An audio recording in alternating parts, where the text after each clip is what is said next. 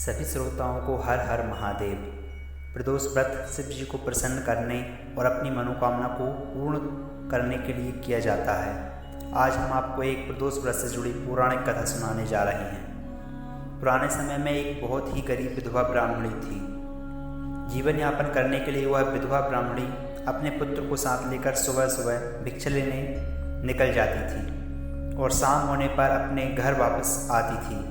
एक दिन जब वह विधवा ब्राह्मणी भिक्षा लेकर घर वापस आ रही थी तो उसे एक नदी के समीप एक खूबसूरत बालक बैठा दिखाई दिया, पर वह विधवा ब्राह्मणी उस बालक को नहीं पहचानती थी। वह बालक विदर्भ देश का राजकुमार धर्मगुप्त था।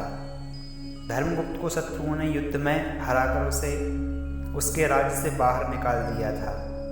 एक युद्ध में धर्मगुप्त के शत्रुओं ने धर्मगुप्त के पिता की हत्या करके उसका राज्य छीन लिया। पिता की मृत्यु से धर्मगुप्त की माता को आघात लगा और उनकी भी मृत्यु हो गई। तब धर्मगुप्त अपना राज्य छोड़कर एक नदी के किनारे उदास बैठा था।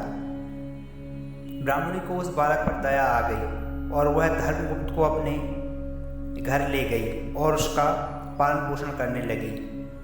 विधवा ब्राह्मणी धर्मगुप्त से अपने पुत्र के समान प्रेम करती थी।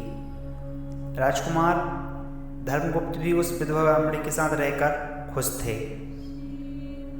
कुछ समय के बाद वह विधवा ब्राह्मणी दोनों बालकों के साथ मंदिर में दर्शन करने गई। मंदिर में उन्हें ऋषि सांडिल्य मिले। ऋषि सांडिल्य एक बहुत ही महान ऋषि थे जिन्हें सभी कोई जानते थे। जब ऋषि सांडिल्य ने धर्मगुप्त को देखा तब उन्होंने विधवा ब्राह्मणी को बताया कि वह बालक विदर्भ देश के राजा का पुत्र धर्मगुप्त है। इसके पिता युद्ध में वीरगति को प्राप्त हुए हैं। ऋषि सांडिल्य ने विधवा ब्राह्मणी को बुद्ध गुप्त की माता की मृत्यु के बारे में भी बताया। जब विधवा ब्राह्मणी को यह सभी बातें पता चली तो वह बहुत दुखी हुई। तब ऋषि सांडिल्य ने ब्राह्मणी को प्रदोष व्रत के बारे में बताया। सांडिल्य ऋषि की आज्ञा का पालन करते हुए विधवा ब्राह्मणी और दोनों बालकों ने प्रदोष व्रत करना आरंभ किया।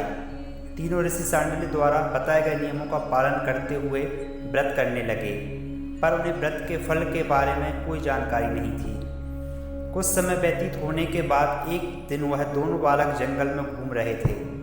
तब उन्होंने वहां पर कुछ गंधर्व कन्याओं को घूमते हुए देखा।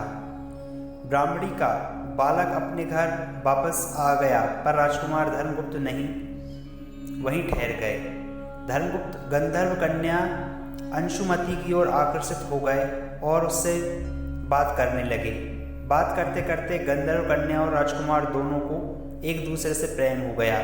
तब धर्मगुप्त अंशुमति से विवाह करने के लिए उसके पिता से मिलने गए। जब अंशुमति के पिता को यह पता चला कि यह बालक विदर्भ देश का राजकुमार है तो उन्होंने भगवान शिव की आज्ञा का पालन करते हुए अपनी पुत्री अंशुमति का विवाह धर्मगुप्त से कर दिया। अंशुमति से विवाह होने के बाद राजकुमार चंद्रगुप्त की किस्मत के सितारे वापस पलटने लगे। राजकुमार धर्मगुप्त ने बहुत संघर्ष करके फिर से अपने गंधर्व सेना का निर्माण किया और विदर्भ देश पर आक्रमण करके विजय हासिल की। कुछ समय व्यतीत होने के बाद धर्मगुप्त को यह पता चला कि उन्होंने जो कुछ भी हासिल किया है वह विधवा ब्राह्मणी और राजकुमार के प्रदोष व्रत करने का फल है। उनके प्रदोष व्रत करने से शिव जी ने प्रसन्न होकर उनके जीवन की सभी कठिनाइयों को दूर किया है। तभी से हिंदू धर्म में यह माना जाता है कि जो भी व्यक्ति प्रदोष व्रत के दिन व्रत करके एकाग्रचित मन से शिव पूजा की कथा को पढ़ता या सुनता है उसे 100 जन्मों तक कभी भी दरिद्रता का सामना नहीं करना पड़ता है। ऐसी ही जानकारी के लिए हमारे चैनल को सब्सक्राइब व वीडियो को लाइक करें। जय महाकाल।